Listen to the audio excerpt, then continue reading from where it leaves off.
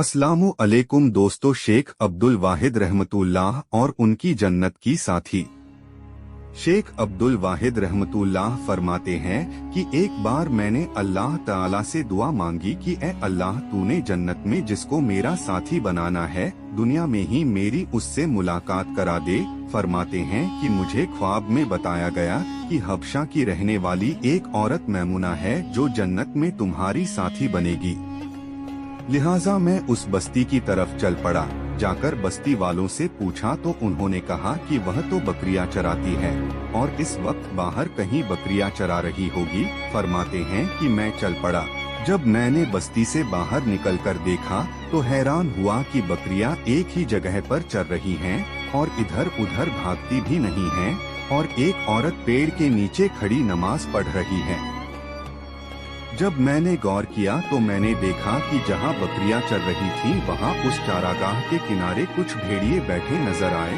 उन भेड़ियों की वजह से वे बकरियां कहीं बाहर नहीं भाग रही थीं और एक जगह पर ही चर रही थीं।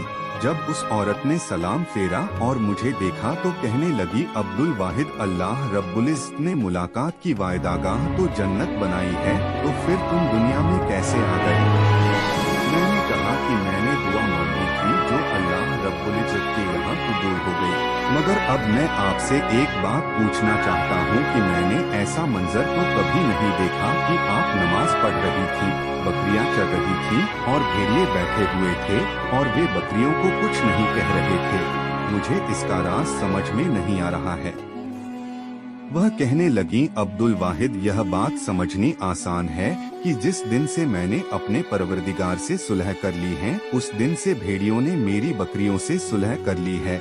मालूम हुआ कि फस्कुरूनी उजकुरुकुम का एक मतलब यह बना कि ऐ बंदो, तुम मुझसे सुलह कर लो, मैं मखलूक की तुम्हारे साथ सुलह कर दूंगा। प्यारे दोस्तों, अगर आप लोगों को हमारी ये पोस्ट पसंद आई हो और अगर आपको इस पोस्ट से कुछ इल्म हासिल हुआ हो तो नीचे दिए गए सब्सक्राइब बटन को दबा के बराए मेहरबानी इस पोस्ट को शेयर जरूर कर दे। शुक्रिया।